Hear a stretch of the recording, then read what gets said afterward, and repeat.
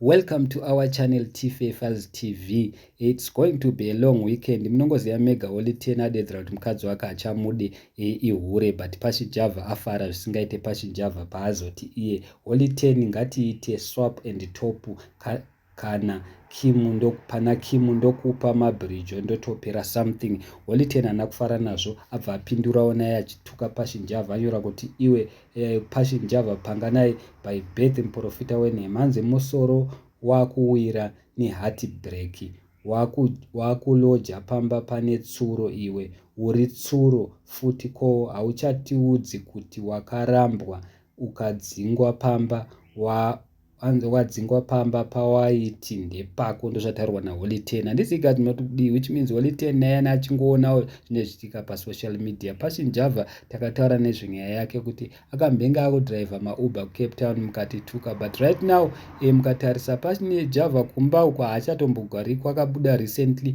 ari kune kamwe kamba, handizivi kuti ndekupi, panga achitamba nekatsuro. Ndozvirikutaurwa naHoly 10. Holy 10 achidedzera kuti ko iwewe wakarambwa wane nemukadzi, hauchatiudze, wakufunga kuti inini newe tafanana. Chinhu chiri kurwadza Holy 10 ndechekuti Holy 10 audzwa naPachinjavha panga naye by birth kuti ndipe, ngatiite swap, inini nditore Kimberly Richards mukadzi wako ndikupe mabridge. Ndikakupa mabridge wozaita se ndokupa neka something kamari pamusoro. Saka Holy 10 haana kufarana nazvo, arwadziwa achipindura, asi vazukuru vambuya naenda vafara vachiti aiwa Holy 10 wamugona, Pachinjavha anodherera panga naye. Handiziga zvinoti kudi, asi ndo zviripo, ndo nyaya iri kutoitika. Holy 10 aresponda idedzera kuti iwe panga naye uda kundijairira iwewe, inini handiite iyoyo, handibvumi kupusiswa. Munongoziva mega panga naye ndiye akauya nechitsotsi chake chokudedzera kuti bvuma kupusiswa, achibiridzira vanhu zvisingaite muZimbabwe. Those were the days paaidedzera kuti ane mari, achipfeka maguchi, but nezvi mukamutarisa even paakabuda ari pakamba ikaka panga akabata katsuro aka kari kuriwa naHoly 10,